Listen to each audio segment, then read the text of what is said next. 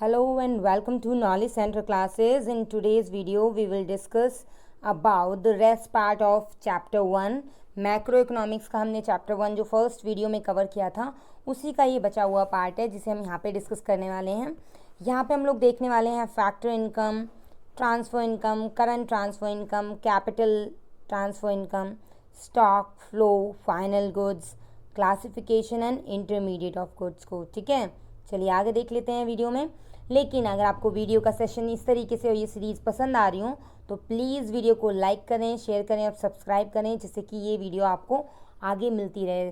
Bell icon press करना बिल्कुल ना भूलें जिससे कि आपको नॉलेज से रिलेटेड जितनी भी वीडियोज़ मैं पोस्ट करूँ उनकी नोटिफिकेशन तुरंत मिल जाए। ठीक है, फैक्टर इनकम क्या होती है? Factor income that is earn by the factor of production.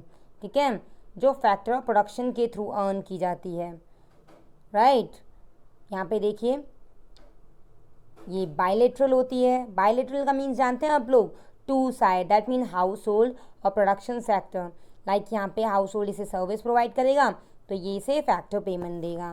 तो ये बायलेटरल कॉन्सेप्ट है और इसे नेशनल इनकम में इंक्लूड हम करते हैं। For example rent, interest, wages और प्रॉफिट, ये सभी हमारी प्रोडक्टिव सर्विस के बदले पेमेंट दी जाती है। क्लियर? तो ये सब क्या है? हमारी फैक्टर इनकम हो गए। चलिए आगे बढ़ते हैं हम लोग अपना ट्रांसफ़र इनकम पे। ट्रांसफ़र इनकम क्या होती है? Income receive without rendering any productive services, जो बिना किसी प्रोडक्टिव सर्विस को बिना दिए हो जाए। जैसे आप लोग के पास गवर्नमेंटल स्कॉलरशिप आ जाती है, राइट, पेंशन मिल जाती है। ठीक है, तो ये कैसी होती है हमारी? ये होती है यूनिलेटरल। राइट, ये कैसी होती है? यूनिलेटरल होती है। वाई? क्योंकि ये वन साइडेड कॉन्सेप्ट है। यूनिलेटरल कॉन्सेप्ट में वन साइडेड होता है, that means government is providing you the income. Right, तो ये नेशनल इनकम में इंक्लूड नहीं होती।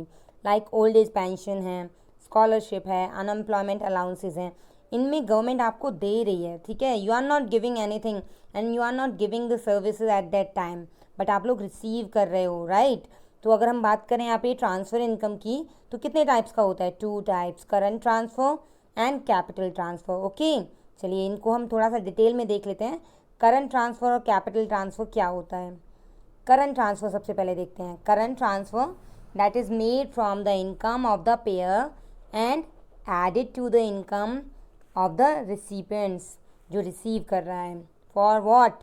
For consumption expenditure are known as current transfer. Okay, ये रेगुलर होता है नेचर में, रेगुलरिटी के साथ ये जो कंजप्शन एक्सपेंडिचर है वो मिलता है। फॉर एग्जांपल अभी हमने देखा ना, स्कॉलरशिप, गिफ्ट्स, ओल्ड पेंशन, ये हमें रेगुलर फॉर्म में मिल रहे हैं कि हम लोग पढ़ रहे हैं, गिफ्ट्स वगैरह हमारे रिलेटिव्स दे रहे हैं। ओल्ड पेंशन जो है वो गवर्नमेंट की तरफ से रेगुलरिटी के साथ मिलती है।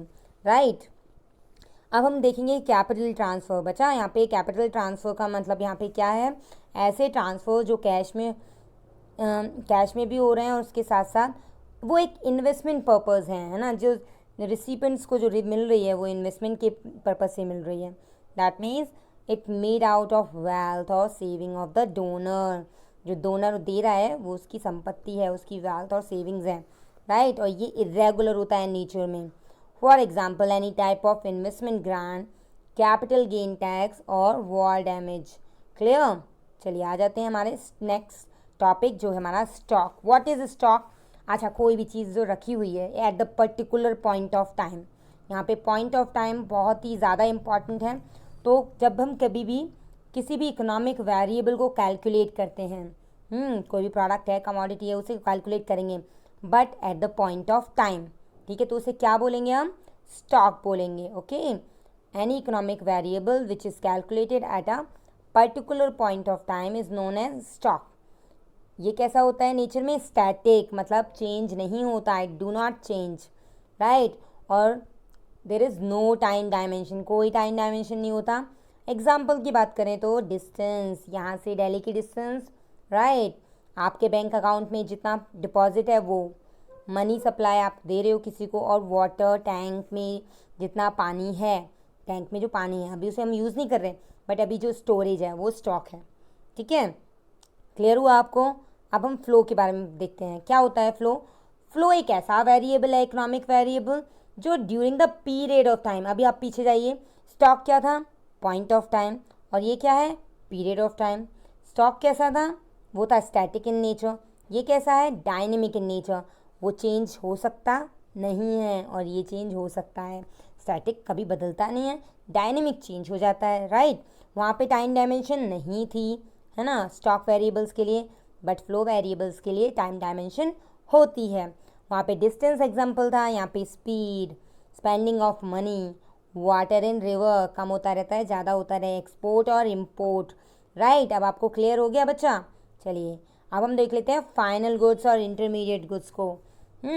फाइनल गुड्स क्या होते हैं, जो आप कंज्यूम करते हो, जो रेडी टू यूज़ होते हैं, जिन्हें आप कंज्यूम करने का सेटिस्फेक्शन आपको मिलता है। All these goods are final goods या फिनिश गुड्स, राइट। हम ये किस टाइप के गुड्स हो सकते हैं, लाइक पर्सनल कंजप्शन के लिए हमने ब्रेड ले लिया, मिल्क ले लिया हाउस होल्ड में, इन्वेस्टमेंट कैपिटल फॉर्मेशन के लिए ले ली बिल्डिंग वगैरह मशीनरी, तो ये सब क्या है, हमारे फाइनल गुड हैं, राइट। और final good are those goods which require no further processing और are available in the economy for the consumption purpose और इन्वेस्टमेंट पर्पज़।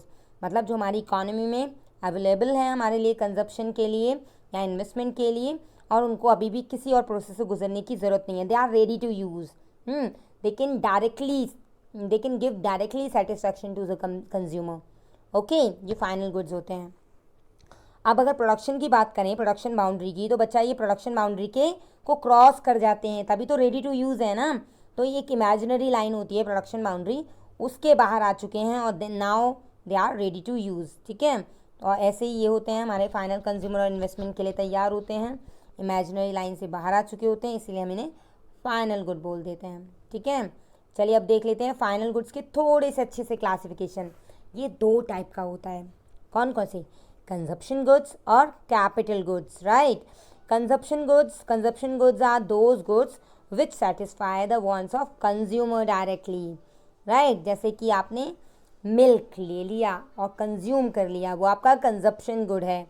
कैपिटल गुड देखिए, capital goods are defined as all goods produce for use in future, ठीक है, जो future के लिए, profit के लिए, कैपिटल फॉर्मेशन के लिए यूज़ किए जाते हैं, वो होते हैं हमारे कैपिटल गुड्स, ठीक है। किसी मटेरियल मशीन्स वगैरह को आप खरीदते हो तो वो क्या है, अब यहाँ पे ये याद रखना है, कोई भी प्रोडक्ट उसकी सर्कमटेंसेस, उसके यूज़ पे डिपेंड करता है कि वो कंजप्शन गुड है या कैपिटल गुड है, ठीक है। लकड़ी को अगर हम अपने हाउस होल्ड में, रूरल एरिया में खाना पकाने के लिए यूज़ कर रहे हैं तो वो क्या है बच्चा, वो हो गया हमारा कंजप्शन गुड, ठीक है। और वही लकड़ी एक वुड कटर यूज़ करे किसी फर्नीचर को बनाने में, और फिर उसे वुड कटर ने लकड़ी तोड़ी, ठीक है, फिर एक कारपेंटर को दे दी और कारपेंटर ने उसे ख़रीदा और उस लकड़ी का वो यूज़ कर रहा है फर्नीचर बनाने में, उसने भी लकड़ी खरीदी लेकिन उससे फर्नीचर बना के बेचेगा, कैपिटल गेन करेगा, फ्यूचर में प्रोडक्टिव यूज़ करेगा, तो ये क्या है, कैपिटल गुड है, वो उसके लिए कैपिटल फॉर्मेट करके देगी।